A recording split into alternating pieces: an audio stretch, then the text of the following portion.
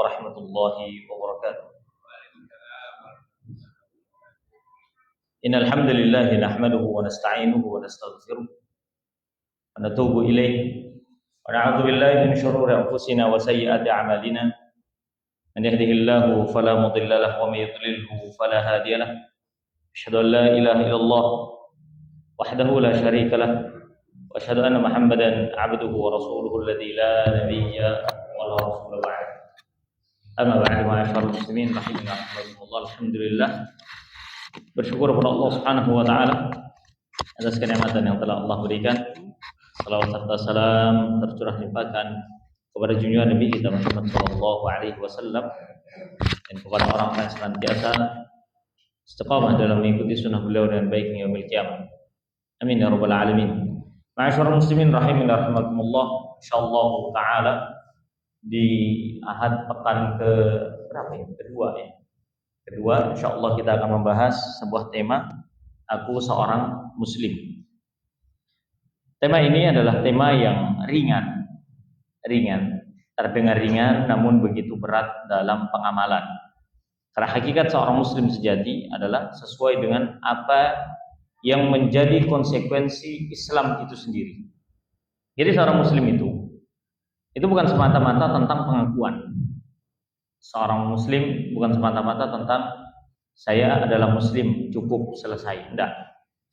Tapi apakah itu sekadar pengakuan ataukah ada pembuktian? Dalam sebuah pepatah Arab disebutkan, kullu man yadda'i waslan bi laila walakin al-laila la tuqirru bidzaka. Ada sebuah pepatah Arab mengatakan setiap orang merasa memiliki hubungan dengan si Laila, akan tapi sayangnya Laila tidak mengakui hubungan itu. Artinya apa? Banyak orang yang merasa memiliki hubungan dengan A, dengan B, dengan keyakinan ini, keyakinan itu, tapi ternyata pada hakikatnya dia tidak sesuai dengan apa yang dia yakini. Tidak sesuai dengan apa yang dia yakini. Ya, oleh karena sebagaimana demikian pula dengan Islam. Islam kalau seandainya hanya sekadar pengakuan, maka sebatas pengakuan saja. Tanpa pembuktian, maka hanya sebatas pengakuan. Oleh karena ada istilah disebut dengan Islam KTP. Jadi Islamnya itu cuma semata-mata tercantum di KTP, kesimpan di dompet. Tidak pernah dibuka. Tidak pernah ditelaah, nggak pernah dimaknai. Kok bisa ya saya ini ditulis Islam di KTP saya? Tapi apakah benar gitu? Saya ini sebagaimana status saya di atas KTP. Maka ini sebuah pertanyaan yang berujung nanti membutuhkan pada pembuktian. Apakah kita benar-benar menjadi seorang muslim dengan hakikatnya dan hakiki, ataukah kita hanya sebatas pengakuan-pengakuan semata? Ma'asyiral muslimin rahimani rahimakumullah. Sebagaimana dikatakan di awal bahwa seorang muslim hakiki itu adalah seorang muslim yang sesuai dengan pengertian Islam. Sesuai dengan pengertian Islam. Mudah saja. Pengertian Islam itu terkandung dari 3 unsur. Cuman 3 aja. 3. Yang pertama adalah al-istislamu lillahi bitauhid. Tunduk, patuh, menyerahkan diri kepada Allah Subhanahu wa taala, pasrah dengan mentauhidkannya. Nah, kita akan bahas sebuah makna, sebuah kata ketundukan. Sekarang gini, ada orang yang tunduk karena sebab ia kalah.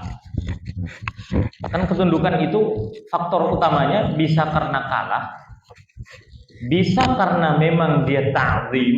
Apa ta'zim? Ta'zim itu ihtiram, yaitu menghormati atau memuliakan. Nah itu kepada makhluk tersebut. Kalau kepada makhluk kita mungkin salah satu dari yang 2, ya. Padahal kita tahu ketakutan kita kepada makhluk, ketundukan kita kepada makhluk itu bersifat sementara. Dan ketika kita kuat, kita bisa melawannya. Betul atau tidak? tapi tidak dengan ketundukan kepada Allah Subhanahu wa taala. Karena ketundukan kepada Allah Subhanahu wa taala itu mengandung unsur rasa takut, mengandung unsur kepasrahan, penyerahan diri kepada Allah Subhanahu wa taala dengan penuh penghormatan, pengagungan, meninggikan Allah Subhanahu wa taala dan mengagungkannya, serta tidak menyamakan Allah dengan segala sesuatu. Ini konsep dari ketundukan kepada Allah Subhanahu wa taala. Oleh karenanya, seorang muslim ketika di dalam hatinya ada ketundukan kepada Allah Subhanahu wa taala, ada pengagungan kepada Allah, ada kecintaan kepada Allah, muncul rasa takut kepada Allah, maka ini menjadi awal mula atau menjadi benih-benih keislaman seorang muslim akan menjadi sempurna. Apa yang menyebabkan orang itu tidak bisa sholat contohnya? Karena dia tidak mengagungkan Allah Subhanahu wa taala. Apa yang menyebabkan orang itu terjerumus ke dalam maksiat? Karena dia tidak menumbuhkan rasa takut kepada Allah. Kenapa dia mudah melanggar syariat? Karena dia tidak menghormati dan tidak mengagungkan Allah Subhanahu wa taala. Kalau seandainya dia mengagungkan Allah dengan penuh ketundukan, pasrah, ya, menyerahkan diri kepada Allah Subhanahu wa taala, niscaya dia tidak akan pernah mau untuk melanggar syariat-syariat Allah Subhanahu wa taala. Karena dia tahu kehormatan tertinggi seorang hamba adalah pengagungannya kepada Sang Pencipta. Ma'asyiral muslimin rahimani wa rahimakumullah. Maka makna dari ketundukan itu adalah dasar seorang muslim. Tidak boleh seorang muslim itu dalam hatinya ada rasa angkuh kepada Allah Subhanahu wa taala. Ada rasa tidak butuh kepadanya. Ada rasa tidak butuh kepada syariat-syariatnya. Seorang muslim itu tidak boleh merasa dirinya pede kepada apa yang ia telah lakukan. Enggak boleh. Allah Subhanahu wa taala Zat pencipta. Allah berfirman dalam Al-Qur'an, Allahus Samad. Apa Allahus Samad? Allah adalah tempat bergantung bagi hambanya. Kenapa Allah berfirman demikian? Allah ingin mengajarkan kepada kita, apapun yang Anda lakukan, jangan terlalu percaya diri dengan hasil yang ada. Karena semuanya berasal dari Allah Subhanahu wa taala. Usahamu bergantung kepada Allah dalam masalah hasilnya. Hasil dari usahamu bergantung kepada Allah Subhanahu wa taala. Maka inilah ma'asyar muslimin rahimakumullah. Bukan muslim sejati ketika dia merasa terlalu pede, ini usaha saya. Bukan. Bukan muslim sejati ketika ia tidak menumbuhkan ketundukan kepada Allah. Bukan muslim sejati ketika ia sholat, namun ia hanya sekedar melaksanakan adat istiadat, bukan melaksanakan ibadat. Bukan seorang muslim sejati. Oh, waktu maghrib tak sholat tak, udah. Dia berangkat ke masjid, sholat, sekedar sholat, tidak disempurnakan, nggak apa, nggak ada niat ibadah, tidak ada ta'zim, tunduk patuh kepada Allah dalam sholatnya. Bukankah itu sholat orang munafik? Orang munafik itu sholat bersama Nabi, sholat. Apa yang membedakan sholat mereka? Al-Imam Al-Munawi rahimahullah ta'ala mengatakan, sholat orang munafik itu sekedar adat. Adapun sholatnya orang mukmin itu adalah ibadah. Iya, orang munafik zaman Nabi itu, ya udah, ini adat, kebiasaan. Oleh karenanya, ma'asyar muslimin rahimakumullah, inilah muslim sejati. Adanya ketundukan, adanya ketergantungan, adanya kepatuhan, adanya pengagungan kepada Allah Subhanahu wa taala. Maka apabila ia telah fokus untuk menegakkan ini semua pada hatinya, maka masuklah dia dalam fase al-istislamu lillahi bitauhid. Dia telah mentauhidkan Allah Subhanahu wa taala. Makanya pertama seorang muslim itu harus menata hati, urusan hatinya terlebih dahulu yang harus dipupuk. Maka insya Allah akan tercermin dari sikap dan perbuatannya ataupun dari amalnya. Ketika hatinya itu tidak fokus kepada Allah, maka semua amalan tidak fokus kepada Allah. Hidupnya nggak fokus kepada Allah. Dia nggak akan bergantung kepada Allah. Dia akan kepedean. Dia akan murka. Dia akan mudah untuk mengeluh dalam kehidupannya. Dia sulit untuk beribadah. Dia sulit untuk istiqamah. Kenapa? Karena tidak ada ketundukan kepada Allah dan dia tidak fokus untuk Allah Subhanahu wa taala. Orang yang mengatakan dirinya saya bertauhid, konsekuensinya dia harus fokus pada satu, yaitu Allah Subhanahu wa taala. Setiap kali dia melakukan kegiatan-kegiatan kesehariannya, dia tahu Allah melihat dirinya. Setiap kali dia melakukan kegiatan apapun itu yang nampak ataupun yang tersembunyi, dia tahu Allah Maha mengetahui perbuatannya. Itulah tauhid. Ketika ia tertimpa musibah, dia paham tidaklah Allah memberikan musibah kepadanya kecuali itu adalah jalan kebaikan untuknya. Jalan kebaikan untuknya. Ya, adapun orang yang tidak mengerti tentang tauhid kepada Allah, dia akan murka, dia akan patah. Dia akan mudah untuk menyerah. Dia akan merasa bahwasannya Allah telah menzalimi dirinya. Ekonomi yang sulit, keadaan yang semakin sempit, terkadang membuat seseorang itu suudzon kepada Allah Subhanahu wa taala. Apa ini yang terjadi? Apa sebabnya? Salah satu sebabnya adalah ia tidak fokus kepada kehidupannya dan hatinya untuk senantiasa beribadah kepada Allah Subhanahu wa taala. Ibadah amaliyah jika tidak dipupuk dari hati, maka ibadah tersebut tidak akan pernah dinilai oleh Allah Subhanahu wa taala. Dinilai saja tidak, apalagi diterima. Ma'asyiral muslimin rahimani wa rahimakumullah. Oleh karenanya inilah agama. Allah Subhanahu wa taala berfirman, "Wa may yabtaghi ghairal islami dinan falyuqbal min." Siapa yang berusaha yabtaghi mencari, berusaha mencari-cari,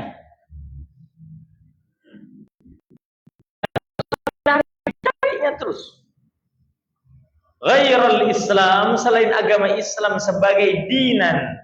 Dinan di sini adalah keyakinan.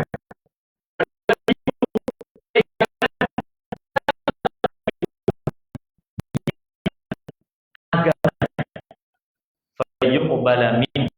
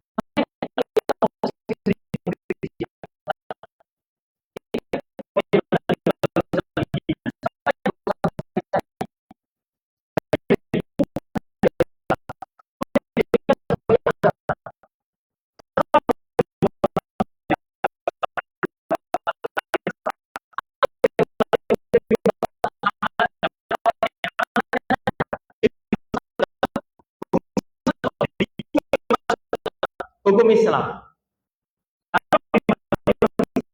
Bukan dari Islam, fala yuqbala min, tidak akan diterima. Contoh paling mudahnya saja adalah ada orang berpendapat bahwa mengucapkan selamat Natal, selamat hari raya orang kafir, itu bagian dari Islam.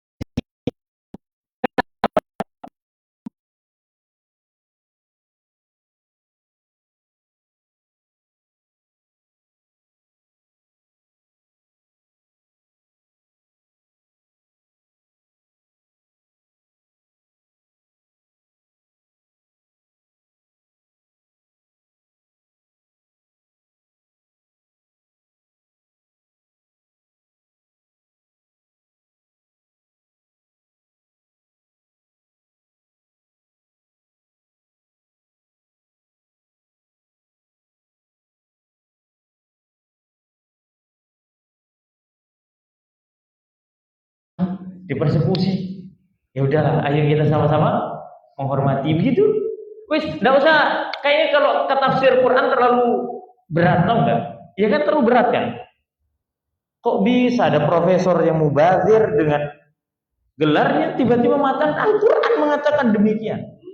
Sedangkan Nabi SAW tidak pernah melakukan apa yang dia yakini. Padahal Al-Quran itu turun kepada siapa? Nabi SAW. Turun kepada Nabi SAW. Ajib kalau ada orang mengatakan, Pak, saya ini Pak sudah kirim surat Pak ke Pak Prabowo, begini dan begitu contohnya, betul nggak? Tiba-tiba ada di antara jenengan ngomong, cerita kepada lain, saya lebih tahu isi suratnya Ustadz Nurul ke Pak Prabowo daripada sampean semua. Nah, bahkan ketika kami mendengar ada bapak-bapak bilang Ustadz Nurul diisi suratnya itu ngomong begini-gini ke Pak Prabowo. Terus ada jamaah ngomong, tanya, iya Ustadz ngomong gitu. Jangan-jangan enggak pernah. Katanya dia lebih tahu, Ustadz. Kok bisa? Lebih tahu daripada orang yang itu ajib itu. Sama kayak profesor begini nih. Dia lebih tahu makna Al-Quran daripada Nabi SAW. Kalau dia mengatakan dalam Al-Quran bahwasannya ada anjuran untuk mengucapkan selamat kepada perayaan orang kafir, berarti dia mengatakan konsekuensinya berat loh. Konsekuensinya apa? Nabi nggak tahu tafsirnya, karena Nabi nggak pernah melakukan itu. Nabi itu mengirim surat ke siapa aja sih? Raja Romawi, Kisra Persia, penguasa, semua penguasa itu, nggak kurang-kurang Nabi itu. Bismillah min Muhammadin. Apa? Nggak ada ucapan selamat ya. Nggak ada. Wallahi nggak ada. Di Madinah Nabi itu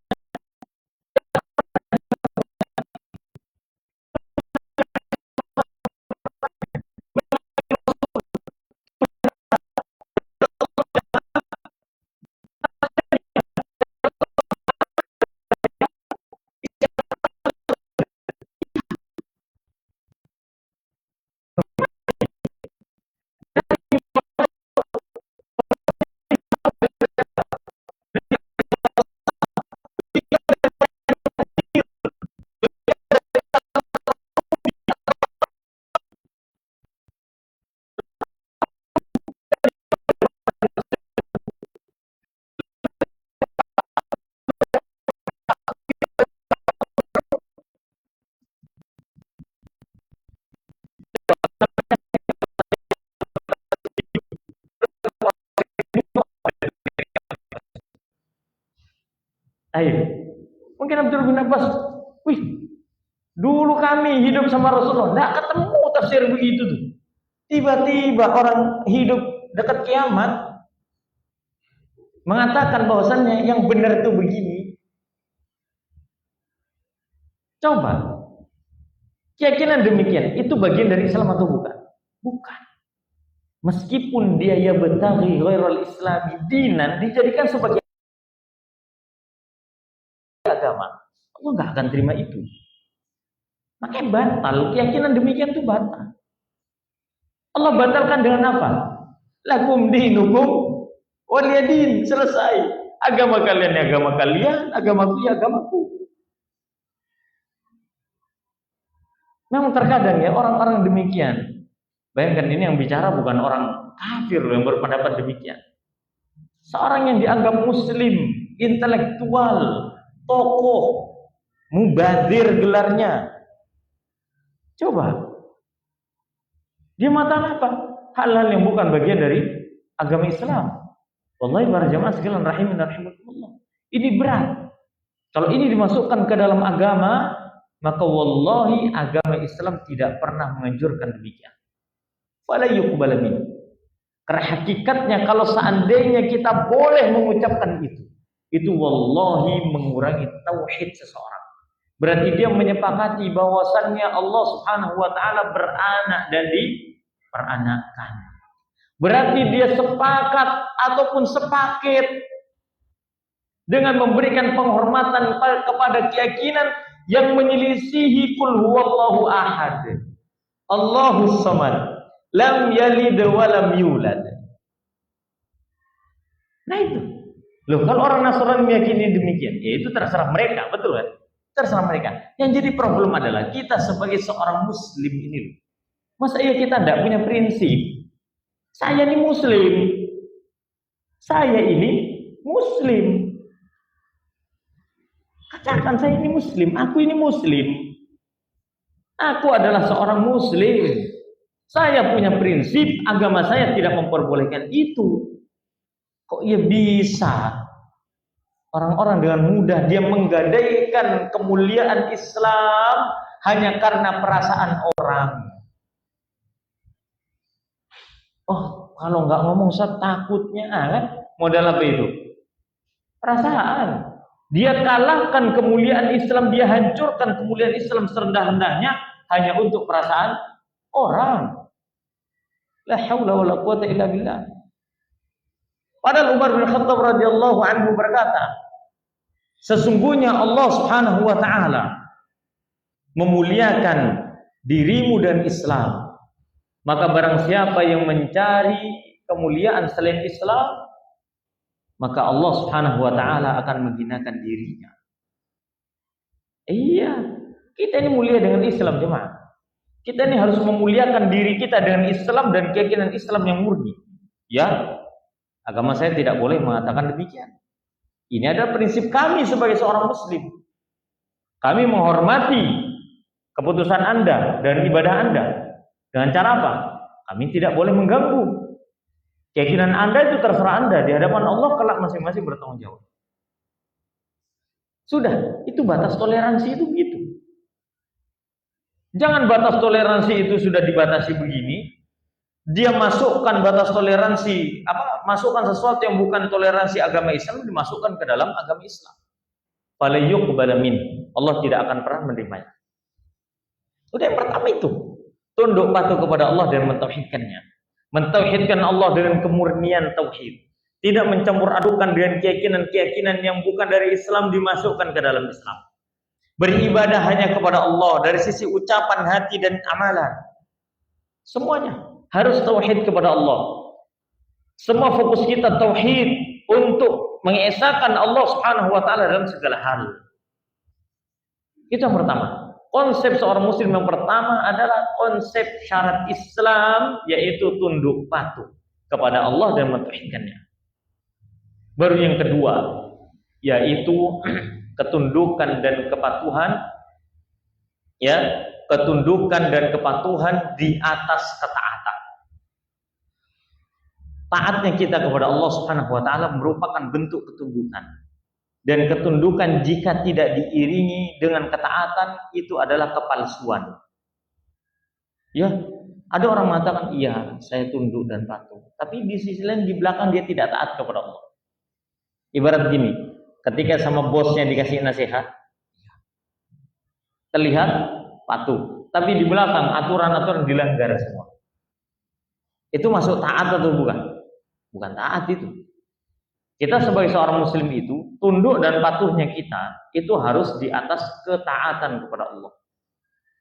Orang tidak disebut taat kalau dia nggak sesuai dengan aturan syariat, betul nggak? Iya. Dalam sebuah perusahaan atau apa pasti ada peraturan, pasti ada peraturan. Lembaga pendidikan ada peraturan, ada tata tertib, ada peraturan. Seorang tidak disebut dengan taat kalau dia tidak sesuai dengan aturan yang ada. Betul atau tidak? Di rumah ada aturan. Kalau nggak sesuai dengan aturan yang berlaku, maka dia tidak disebut dengan taat. Begitu pula kita sebagai seorang muslim. Kalau kita ini nggak sesuai dengan aturan, ya kita ini nggak disebut dengan taat, nggak dianggap taat sama Allah Subhanahu Wa Taala. Harusnya sholat, tapi dia nggak sholat. Harusnya dia sholat, tapi dia tidak sholat. Dan orang itu disebut taat jemaahnya. Itu syarat kedua. Ikhlas kepada Allah dalam mengamalkan ibadah. Yang kedua adalah sesuai dengan tuntunan Rasulullah. Ini disebut taat. Kalau keluar dari dua ini nggak disebut taat. Entah mungkin dia dibilang maksiat, kalau dia kurang disebut maksiat, kalau dia berlebihan maka dia disebut hulu. Berlebihan, dan itu juga maksiat jenis lain. Dua-duanya maksiat, dua-duanya tercela. Maka kalau ada orang ini contohnya, saya sholat 5 waktu, tapi tidak ikhlas dalam hatinya, apakah Allah Subhanahu Wa Taala menganggap dia melakukan ketaatan? Jawabannya tidak. Allah tidak menganggap dia melakukan ketaatan. Sholatnya bagikan sholat orang munafik. Udah.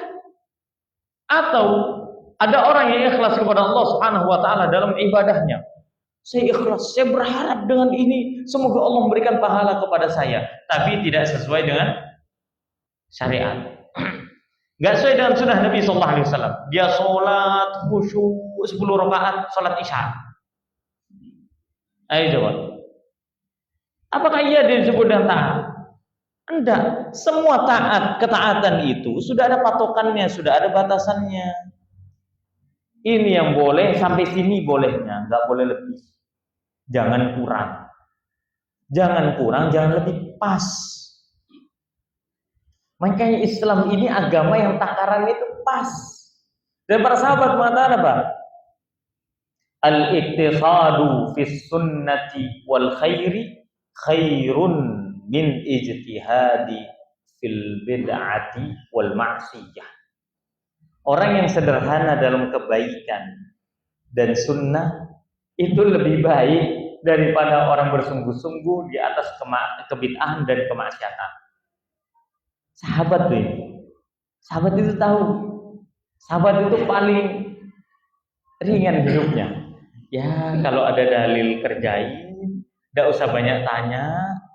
Kalau enggak ada dalil, ya udah enggak usah ditanyain. Udah. Syariat itu bukan atas dasar kita. Makanya ketika Syekh Abdul Muhsin hafizahullah taala, bapaknya Syekh Abdul Razzaq hafizahullah taala, beliau itu mengatakan bahwasannya syariat Islam ini Allah turunkan dari langit, bukan ditumbuhkan dari bumi. Syariat Islam ini diturunkan dari langit. Artinya apa? Sudah disetujui, ditetapkan, diketahui oleh Sang Pencipta manusia yang mengetahui kadar kemampuan manusia. Bukan ditumbuhkan dari bumi atas dasar kemauan manusia. Allah tahu kita ini cuman kuat. Cuman kuat 5 waktu dalam 1 hari. Maka sama Allah diwajibin cuman 5 waktu ya sehari. Tapi kan gak semua orang kuat ternyata. Banyak yang lemah imannya. Bukan fisiknya, imannya. Coba 5 kali. Kalau mau nambah itu hukumnya apa? Sunnah ya, qobliyah dan ba'diyah. Coba bayangin kalau seandainya qobliyah ba'diyah jadi ibadah wajib buat kita. Bayangin Pak, qobliyah ba'diyah, waduh qobliyah ba'diyah. Langsung sama Allah. Ingat ya, 5 waktu plus qobliyah ba'diyah wajib semua. Habis Pak kita Pak. Tidak ada Pak kerja itu Pak. Nggak hidup kita. Nggak hidup. Nggak nyentuh embung gitu Pak. Kalau saat qobliyah ba'diyahnya itu. Coba, belum lagi tahajudnya. Belum lagi duhanya. Belum lagi sholat-sholat yang lainnya. Coba. Hah? Coba bayangin kalau seandainya sholat jenazah itu diwajibkan sama Allah. Waduh Pak, rame Pak pemakaman Pak. Asli Pak. Itu kuburan rame itu. Nggak ada sepi-sepinya kuburan itu. Iya. Kalau seandainya sholat jenazah itu wajib, lama Pak pengurusan jenazah itu Pak. Lama, bayangin. Kalau baru kedengaran satu masjid sudah ngumumin innalillahi, apa enggak sekecamatan yang jejer buat nyolati. Coba bayangkan itu. Makanya syariat Islam itu pas dalam syariatnya, dalam hukumnya itu pas. Enggak ada yang kurang, enggak ada yang lebih. Pas. Kesulitan kan sholat jenazah kalau diwajibin? Ya, buat sunnah. Sholat tahajud kalau diwajibkan? Duh Pak. Wallahi Pak, kalau malam kita ini wajib bangun Pak. Tidak panjang umur kita Pak. Kalau sampai wajib loh ya, sampai wajib. Bayangin Pak, kalau lagi sakit wajib sholat malam 11 rakaat. Tidak bisa bayangin Pak kita. Kita 10 terakhir Ramadan nih, sholat sepertiga malam nih. Nggak kuat kita ini. Padahal cuma 10 hari. Dan itu nggak wajib. Bayangin kalau sampai wajib Pak, kalau sampai wajib itu gimana? Nggak karu-karuan Pak. Makanya Allah itu maha tahu. Dari langitlah syariat ini turun disesuaikan dengan kemampuan hamba. Kenapa? Karena Allah ingin menilai besar kecilnya amalan hamba, yang penting berada di atas ketaatan. Masuk dalam ketaatan. Ibarat bisa ngerjain apa sekarang? Oh, ibadah kecil. Masuklah ketaatan. Bisa ngapain sekarang? Mengucapkan salam. Masuk ketaatan. Pokoknya gitu Pak. Oleh karenanya sangat-sangat aneh kalau ada orang mengatakan, kok saya merasa amalannya kurang ya? Amalannya kurang? Iya. Jadi kami ini harus membuat amalan-amalan baru, inovasi baru dalam beramal. Nah, kok bisa? Iya. Karena ini tanda keislamannya kurang kayaknya. Coba, betul atau enggak? Pak, apa iya ada orang nanya kepada orang yang nggak sholat, kamu ini muslim tak? Pernah apa enggak? Banyak enggak orang bertanya demikian? Hah? Banyak apa sedikit? Ke orang yang nggak sholat itu loh. Apa iya ditanya gitu, kamu muslim enggak? Hah? Sedikit. Coba kalau nggak bikin acara Pak. Kan itu nggak no. Orang yang sudah meninggal, iya muslim tak tadi? Pertanyaannya itu kebalik itu.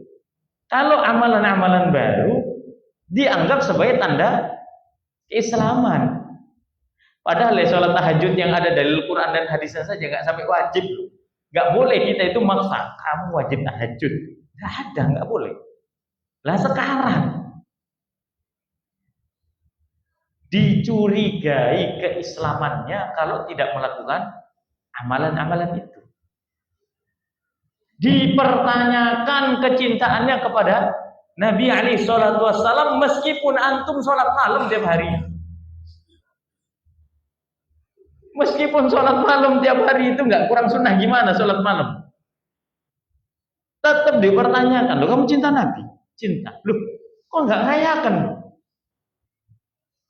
Kok ndak ngerayakno? Apa? Katanya cinta Nabi ya. Nih kan?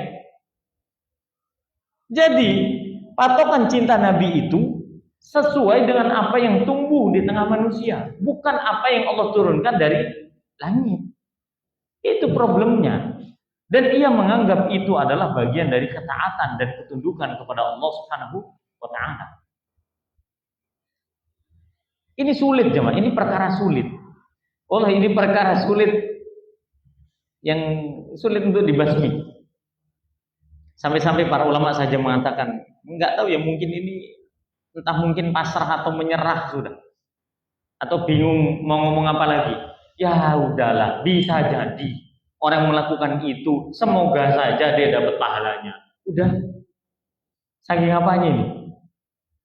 Ya udahlah, mau gimana lagi, orang nggak mau sudah dibilangin. Moga-moga aja dia dapat pahala, udah. Terus ketika ulama berkata demikian, orang-orang setelahnya ngomong gimana? Lihat itu ulamanya. Ulamanya saja mengatakan semoga dapat pahala. Paham nggak sih ini sama kalimat sarkas begini nih? Kok malah dianggapnya itu menyetujui? Enggak. Ibarat gini kan, orang tua kalau sudah nasihati anak, tidak bisa dinasihati. Ya sudahlah nak, terserah kamu mau ngapain aja. Terus anak memahami, berarti boleh saya melanggar-langgar lagi. Hah? Kan nggak seperti itu toh. Sama kayak ulama ketika sudah melihat ngasih tahu ini kebid'ahan apa sih tetap ngeyel. Ya sudahlah, wis semoga dapat pahala aja wis sesuai dengan niatnya. Udah, moga-moga niatnya ketulung, udah gitu aja. Lah kok malah orang setelahnya mengatakan, kan setuju. Ini menunjukkan persetujuan. Sama kayak anak tadi. Terserah anak kamu mau ngapain. Nah, apa kata anaknya? Berarti bapak saya setuju. Nggak gitu konsepnya. Nggak gitu konsepnya. Ini ketaatan kepada Allah Subhanahu wa taala harus dianggap taat. Kita ini nggak bisa asal-asal beribadah. Oleh karenanya satu kalimat yang indah dari Allah Subhanahu wa taala dalam Al-Qur'an. Allah Subhanahu wa taala berfirman tentang Nabi kita sallallahu alaihi wasallam. Laqad ja'akum, ya, dan sungguh laqad ja'akum rasulun min anfusikum azizun 'alaihi ma 'anittum harisun 'alaikum bil mu'minin. Lafaz harisun 'alaikum, beliau itu bersemangat supaya kalian itu menyempurnakan iman. Imannya disempurnakan dengan apa? Ketaatan. Ketaatan seperti apa? Sesuai dengan konsep yang beliau bawa. Makanya Allah mengatakan uswatun hasanah. Laqad kana lakum fi Rasulillahi uswatun hasanah. Uswatun hasanah. Nakirah lagi, uswatun hasanatun. Contoh yang baik untuk kalian dalam segala hal. Siapa? Nabi alaihi salatu wassalam. Tidak usah repot. Kita ini inqiyadu lahu bit ta'ah. Katakan saya seorang muslim, saya mengikuti sunnah Nabi saya, ini sunnahnya. Adapun itu tidak. Kenapa? Karena menurut saya itu bukan sunnah. Karena setahu saya Nabi saya tidak melakukan itu. Udah. Itulah ketaatan hakiki. Kalau kamu menyampaikan kepada saya apa yang dilakukan oleh Nabi alaihi salatu wassalam, saya tak lakukan. Kalau ternyata apa yang kamu lakukan tidak sesuai dengan Nabi alaihi salatu wassalam, tidak usah ngajak saya. Monggo kalau mau melakukan terserah, tidak usah ngajak saya. Iya, nggak usah ngajak saya. Nggak usah, udah. Laksanakan sendiri. Tidak perlu memaksa. Tidak perlu memaksa. Karena apa yang kita lakukan jika tidak sesuai dengan Nabi alaihi salatu wassalam, kelak di hari kiamat akan dipertanyakan oleh Allah Subhanahu wa taala dan Rasulnya. Gimana? Sudah waktu Isya? Kurang 1 menit. Dan bahwasannya segala sesuatu yang kita kerjakan, besar atau kecil, berat atau ringan, banyak atau sedikit, jika tidak pernah dilakukan oleh Nabi, tidak masuk dalam kategori ketaatan. Tidak masuk dalam kategori ketaatan. Jadi jangan kepedean. Kita melakukan ini atas dasar ketaatan kepada Allah, enggak. Itu bukan terhitung taat. Malah jadi itu bisa terhitung maksiat. Yang seharusnya kita ini begini, kok malah begitu. Yang harusnya kita ke sini, kok malah ke situ. Yang harusnya kita ini jelas jalannya, kok malah bikin jalan baru. Maka itu poin yang harus kita perhatikan adalah taat tidak sekedar amalan, tapi taat sesuai dengan syariat. Wallahu a'lam bishawab.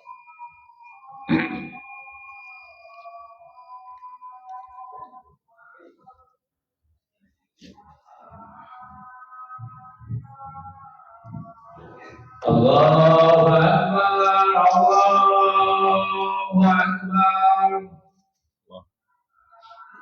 Allahu Akbar, Allahu Akbar.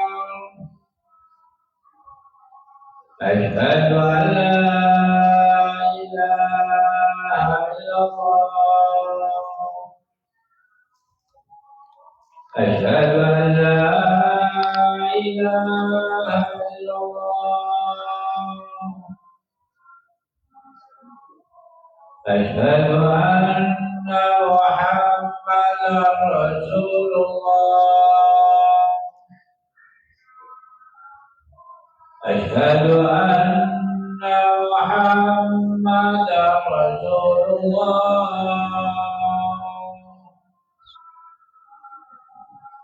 Hayya 'alas shalah.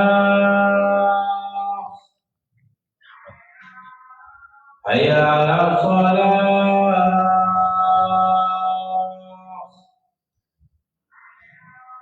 Hayya 'alal falah.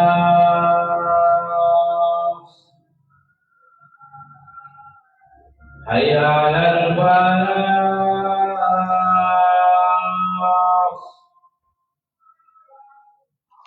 Allahu Akbar, Allahu Akbar. La ilaha illallah.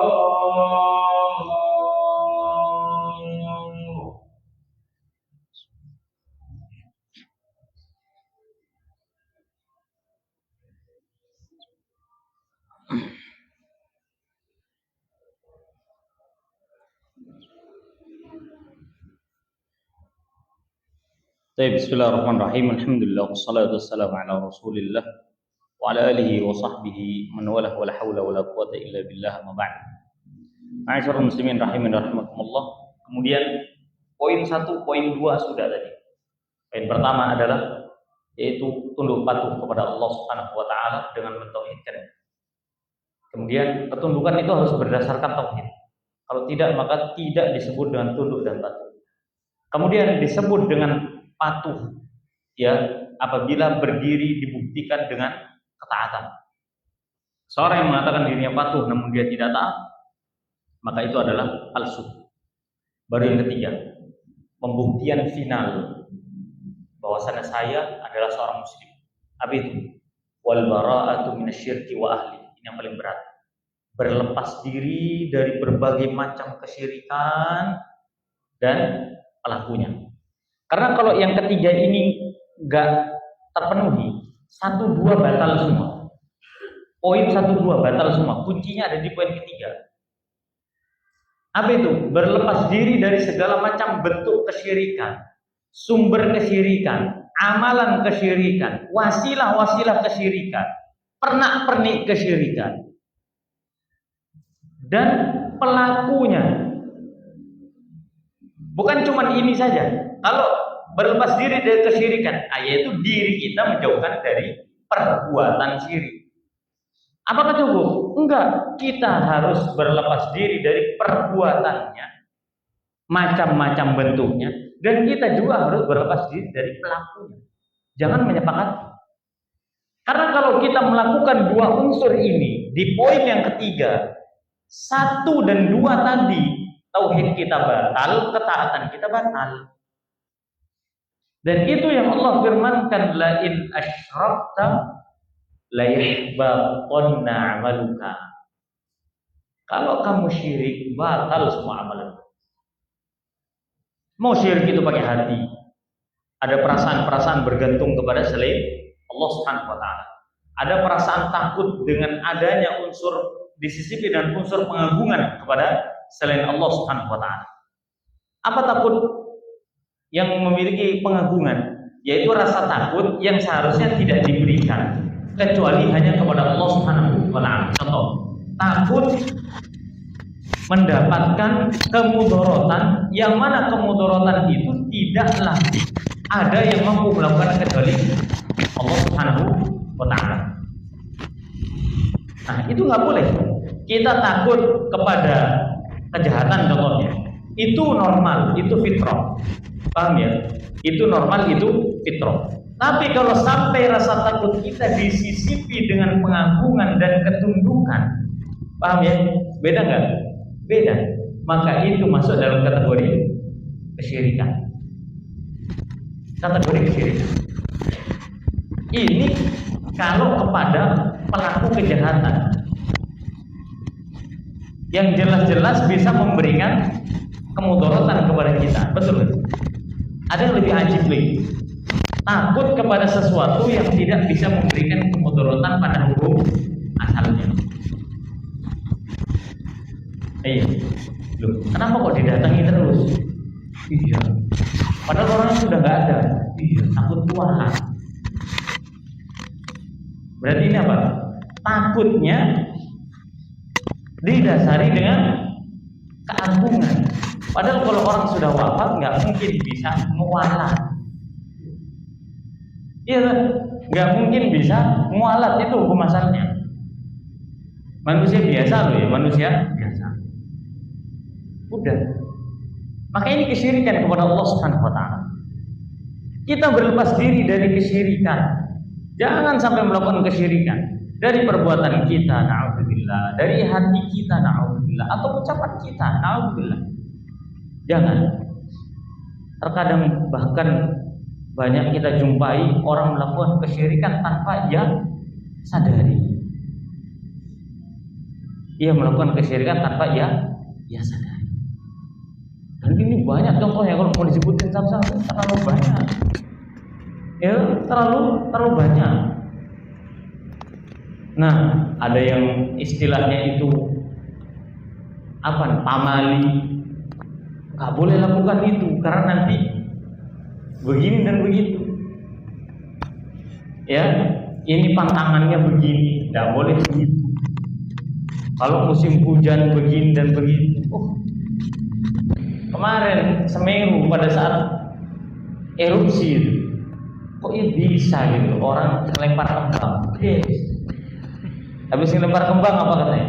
Iya, biar Semerunya tenang. Nggak ada sangkut pautnya. Mau kembang sak Bromo, nggak ngaruh sama Semeru tuh, nggak ngaruh gitu. Nggak ngaruh sama sekali. Nggak ngaruh. Karena pernah di daerah Lumajang itu, saat dulu awal-awalnya masih belum zuat itu, bisa ke sana, masuk ke perkampungannya. Itu ada orang-orang yang mempersembahkan sesuatu untuk Semeru ini dan itu. Kasihan sebenarnya, mereka ini kasihan. Semoga Allah berikan hidayah ya kepada kaum muslimin. Katanya, iya Semeru erupsi itu berarti nanti janji kita. Tapi kapan janjiannya? Di mana? Kalau ketemu janjiannya di mana dan kapannya, pakai apa, ditulis atau enggak, rubah perjanjian itu. Bukan kayak begini, rubah. Kesepakatan sama si Semeru itu rubah. Kita kepada manusia aja bisa, apalagi kepada benda mati, masa nggak bisa? Kan kalau kita mau berpikir hidup secara logika sederhana saja, itu kan harus bisa. Rumit-rumitnya perjanjian itu kan kalau sama manusia saja bisa dirubah tidak? Bisa jemaah. Kalau sama makhluk itu masih bisa, apalagi cuma Semeru yang tidak bisa nulis, tidak bisa ngomong, ya bisa. Katanya lagi janji kita. Kemudian jadi pertanyaan, lo sampai ini janji apa? Ada pokoknya, ya apa janjinya? Jadi terkadang kita ini mengadang-adakan sesuatu yang Hukum asalnya itu nggak ada. Nggak usah dikaitkan dengan agama lah. Di dunia saja, di dunia nyata saja tidak ada ya. Tidak perlu kita kaitkan. Merasa sial dengan sesuatu, merasa beruntung dengan sesuatu. Itu kesyirikan kepada Allah Subhanahu wa taala. Jangan lakukan itu. Karena poin nomor 1 dan 2 batal semua. Kemudian jangan pernah menyepakati setiap perilaku para pelaku kesyirikan. Makanya kita ini mengatakan selamat kepada hari raya orang itu berarti menyepakati. Menyepakati itu konsekuensinya. Ini contoh aja, contoh sederhana. Anak-anak nggak mengatakan boleh. Kan kalau ada seseorang menghadiri acara ulang tahun, berarti hitungannya apa, Pak? Setuju kalau orang ini nambah umur, betul kan? Iya. Mana ada kita pada saat melihat orang hadir acara ulang tahun, anak ulang tahun boleh, haram hukumnya. Ada orang menghadiri acara ulang tahun saja, terus dia bilang enggak, umurmu tidak bertambah. Enggak bertambah umurmu, mati kok habis ini. Apa iya ada orang begitu? Enggak ada. Orang kan mengatakan semoga panjang umur, panjang umur. Berarti menunjukkan apa? Umurnya semakin bertambah, semakin panjang. Sama kayak orang mengatakan selamat Idul Fitri, selamat Idul Adha, menunjukkan apa? Dia sepakat dengan adanya Idul Fitri dan Idul Adha. Maka ketika kita mengatakan selamat kepada perayaan orang kafir, selamat kepada hal-hal yang bukan dari Islam, diucapkan selamat, disetujui, maka ini menunjukkan bahwasanya kita tidak berlepas diri dari pelaku kesyirikan. Kan saya tidak menyembah, betul, tapi Anda menyepakati perilaku itu.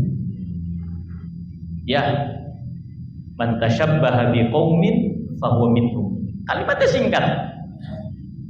Dan tata bahasa Arabnya luar biasa. Nabi alaihi salatu wasallam. Man, siapapun, tasyabbaha. Beda antara syabaha, ini bahasa Arab ya. Beda antara syabaha, syabbaha, tasyabbaha, itu beda. Kalau syabaha itu mirip. Kita yang menilai. Oh, ini sama ini mirip ya. Ini namanya apa? Syabaha. Kalau syabbaha itu kita yang berusaha miripin kayak orang. Contoh, baju saya warnanya mirip kayak punyanya Pak Hafid. Berarti menunjukkan saya yang menilai baju saya warnanya hitam seperti bajunya Pak Hafid. Itu syabbaha dari kita sendiri. Paham ya? Kalau tasyabbaha, berusaha untuk menyerupai. Berusaha, ada usaha. Kalau tadi kan hanya sekedar berkomentar. Kalau ini usaha. Saya jahit baju seperti baju Pak Hafid, model apa? Bordirannya mirip, pecinya, celananya, tampilannya berusaha sama. Itu disebut dengan tasyabbaha. Masya Allahnya lagi bahasanya Rasulullah itu biqaumin, bukan dengan bil qaumi, biqaumin. Dengan kaum siapapun itu, fahuwa minhum, kaidahnya umum. Mereka, kalian termasuk mereka, udah. Dia yang menyerupai, mirip kayak mereka, udah. Termasuk golongannya, udah. Termasuk golongannya. Sederhananya saja, kalau ada orang Nasrani pakai baju seperti orang Muslim, dan kita tidak tahu kalau dia orang Nasrani, kita pasti akan menyangka bahwasanya dia orang Muslim, betul kan? Iya. Sampai dia mengaku bahwasanya dirinya saya bukan Muslim. Di depan pondok kami itu ada bengkel yang punya itu orang Nasrani. Anak tuh nggak tahu pun kalau ini orang Nasrani. Santri anak itu ada bilang salam, ucapkan salam, salam Pak santri Pak. Awal tuh nggak jawab Pak. Mungkin ada yang tahu bengkel depan pondok itu. Nah, itu Nasrani yang punya. Awal nggak salam, tapi karena sudah sering mas santri. Salam, waalaikumsalam, waalaikumsalam. Beda kan? Tahunya dari mana? Anak mau jalan sama keluarga, lihat bapak sama ibu itu motoran. Pak, mau kemana? Oh, mau mingguan. Mingguan, anak mikir belanja mingguan kan gitu. Belanja di mana? Loh, enggak Pak Ustaz. Acara mingguan di gereja ini. Oh. Baru tahu kalau beliau bukan Muslim. Karena selama ini beliau nggak tinggal di situ, hanya pegawai bengkelnya aja. Ya kita salamin los-los aja salam. Tukang bengkelnya apa? Muslim. Nah, kita coba itu sederhana saja. Kita nggak akan tahu kalau dia tidak mengaku. Sama, kok bisa kita menyamarkan agama kita dalam diri kita? Kok bisa? Harusnya kita ngaku sebelum ditembak duluan ngaku saya Muslim. Jangan ngajak, Anda jangan ngajak saya untuk melakukan perbuatan Anda. Saya adalah Muslim. Itulah perjamaah sekalian rahimahumullah. Ingat bahwasanya 3 saja. Tauhid kepada Allah, kemudian buktikan dengan kepatuhan dan ketaatan, baru kemudian berlepas diri dari perilaku kesyirikan. Wallahu a'lam bishawab. Subhanallah wa rabbana bihamdika, asyhadu an la ilaha illa anta, astaghfiruka wa atubu ilaik. Assalamualaikum warahmatullahi wabarakatuh.